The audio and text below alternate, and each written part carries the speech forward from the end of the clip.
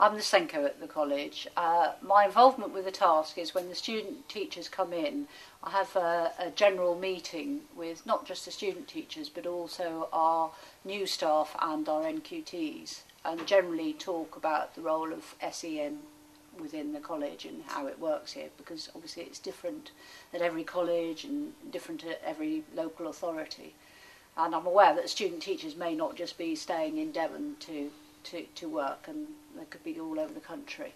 So we do a general sort of introduction to SEN in the department, and then we pick up the student teachers that haven't done the task yet and actually need to do it with us. First of all, we have a meeting with it and asking, you know, trying to find from them, well, one, which subject areas they're in, because obviously we do work with a lot of student teachers and they're working in different subject areas. And then we look at we ask them what they would like to get out of doing the task, and sometimes they have areas within which they're interested. So, for instance, they may be interested in working with students with Asperger's, or we've got students here that work with Down syndrome, or just dyslexia and that sort of thing. And obviously, the subject area will very much affect what they want to get out of it. So a PE teacher is probably not going to want to do a lot of work with dyslexia, for instance, but might with dyspraxia. So we look at kind of what the area of SEN that they're interested in or want to get involved in. And then we look at their class list, because obviously we need to identify the student that they're going to be working with. You don't want a student that they're never going to see and they have to make a special trip to go and work with.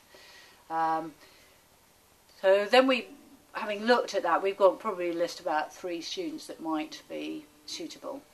And then I refer them to the Senior Learning Support Assistant, Alison Salter. And then from that we look at who the key learning support assistant is, and then we introduce them to that, because the key learning support assistant knows the students best. They see them every day. They will have involvement with the students for some time. They will know the parents, they know the background information and so on. And obviously we've got students here with behavioural problems, and we know the best way to sort of manage them. And also some students are not suitable for doing the task with because of the way they react, so we obviously avoid those ones. We offer basically what they need. So, you know, some people are quite happy just to pick it up and run with it, so to speak, but others need more support. So we are open house here, they can come down any time, and they catch me around the college, or they'll catch the key learning support assistant. One of the roles that Alison has is to actually book times, because obviously we are all busy people, and trying to get hold of me sometimes is not easy. I'm aware of that. But Alison will book and say, right, we'll book a lesson here for you to meet with the key learning support assistant, and actually timetable it.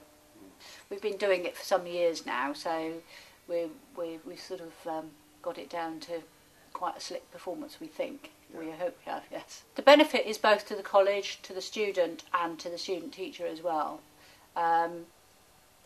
For instance, we had one student teacher gave some of our students some extra French one year, which, you know, we wouldn't have been able to do. We didn't have the resources to do it, and that benefited the college. It actually benefited the students hugely, because it meant they could move back into a mainstream class, which they wanted to do. We've got them this year. One of the student teachers has been involved with introducing circle time with one of our students with high level needs. So it benefits everybody, but the student teacher then has a set of skills that they can then say when they go for interviews, I've worked with this is what I did, and so on, and that benefits the student teacher. In the long term, it benefits all of us, because obviously the more skill, the more knowledge you have, then it's obviously going to benefit society as well. I think having a general meeting first off, to put everybody in the picture about how the college works, and within that time we'll also say how we can be contacted, because I think some people are quite hard to get hold of sometimes, and we all forget. We know how the system works, but people coming in from outside doesn't. So a clear idea how the system works in college, so that initial meeting, and then just seeing what you know, because you're just not going to do it for the sake of the student teacher. I think everybody needs to benefit from it, because otherwise you're not going to want to keep doing it each year. Our biggest issue is that we don't actually get to see the task when it's finished. The write-up. The write-up, yes, and that would be hugely beneficial. Right. The other thing is we don't actually know, nobody's, well, one or two of the student teachers come and said thank you very much. In fact, they've all said thank you at the time and that sort of thing, but we don't get a lot of feedback from the student teachers saying, well, that was good, but I wish that it could have been earlier or whatever. But we do have a programme. It's not just one session we run with all staff on SEN.